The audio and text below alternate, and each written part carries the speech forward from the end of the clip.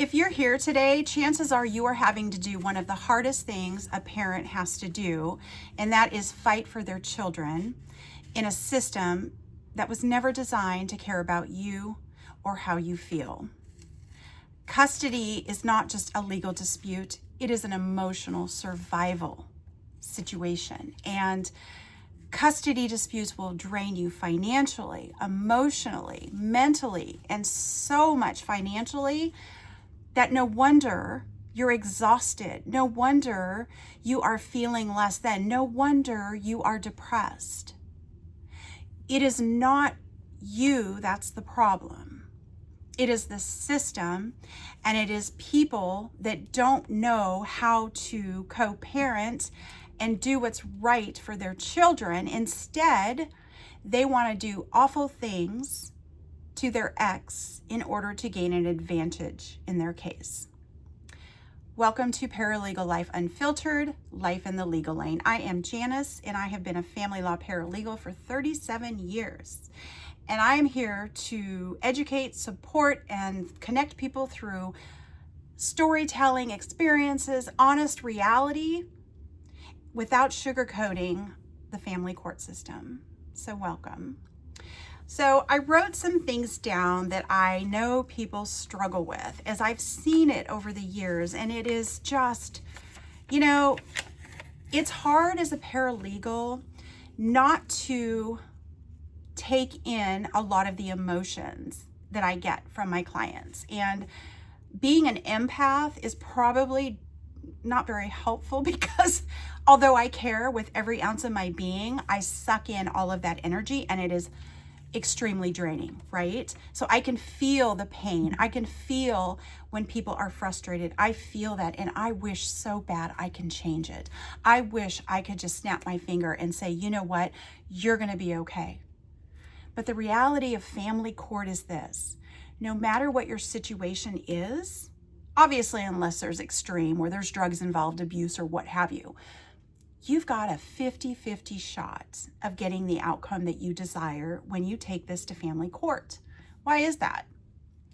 Is it because you're not doing enough? Is it because you're not gathering enough evidence? Is it because your ex is unwilling to negotiate in any way, shape, or form? No.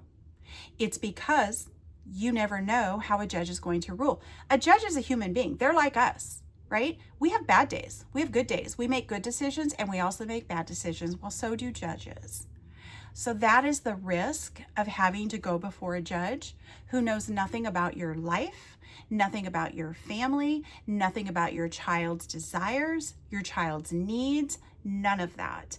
And that makes it difficult for those people out there who really, really, really want to work out some sort of a fair parenting plan or custody situation to better the lives of their children.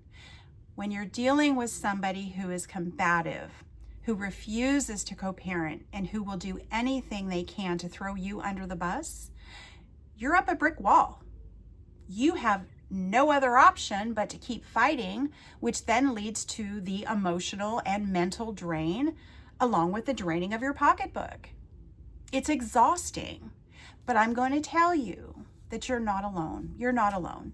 So here are some things that I wanted to discuss today that I know so many of you are feeling. When you're in a custody dispute, you are asked to defend your parenting style while somebody else is attacking it, right? Now, I know there's some situations where parents have a child and they never lived together, they never had a relationship, whatever.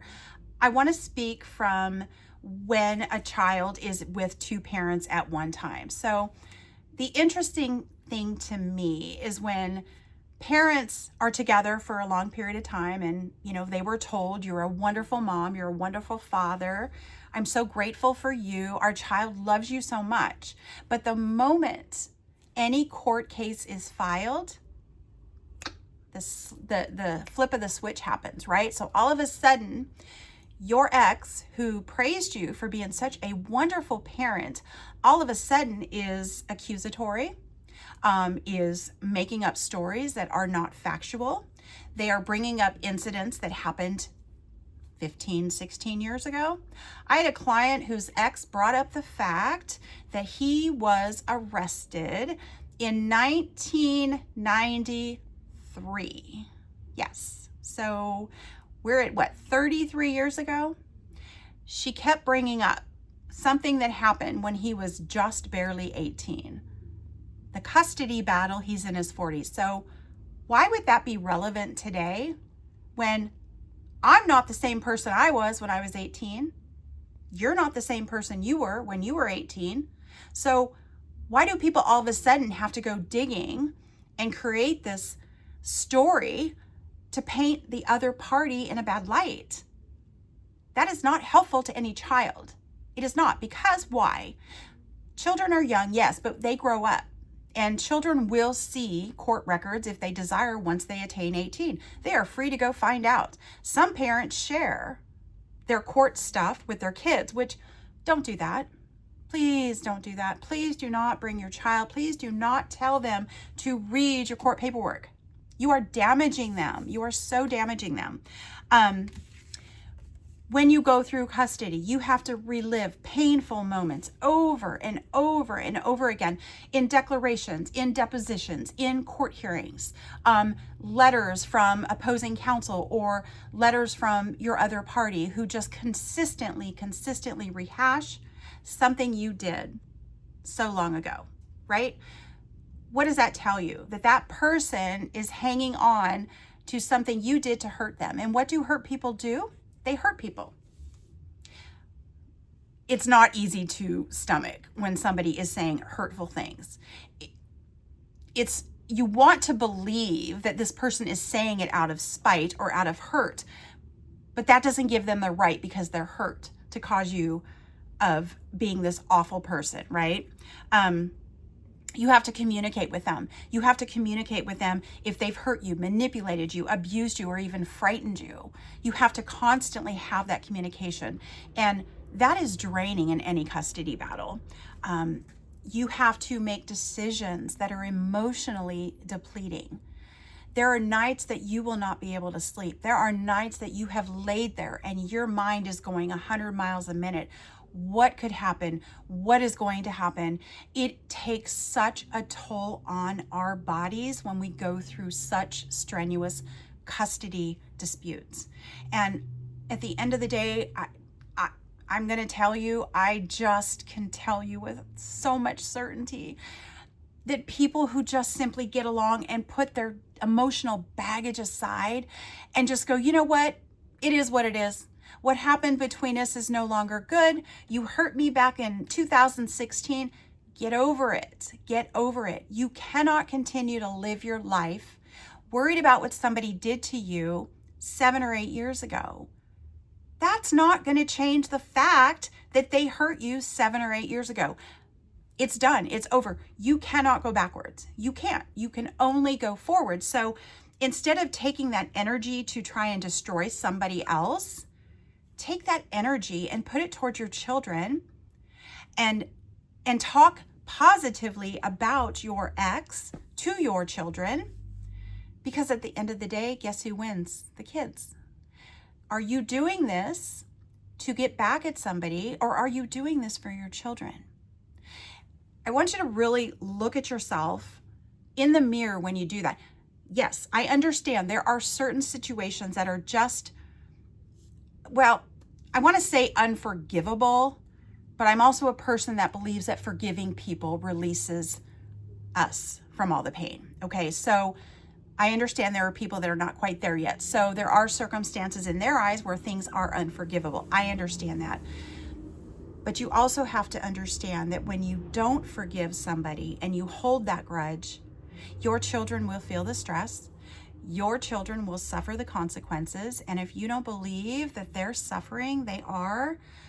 So try to put your differences aside and put your child or children in the forefront moving forward of any situation, and shock the hell out of your ex and go, you know what? This is not very conducive to what outcome either of us want. So you know what?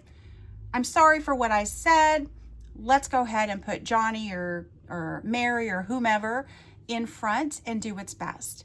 Because you know what? If you do that, you are opening the door and extending an olive branch to your ex to also let go and forget about the past so that you two can focus on what's best. The kids.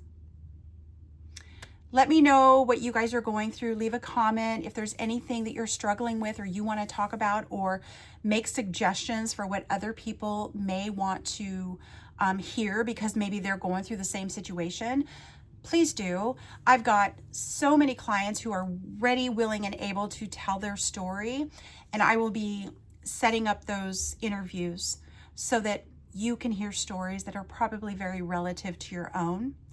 What's worked, what hasn't worked, and how we can help each other just kind of get through the tough times. But put your kids first, okay? Be blessed.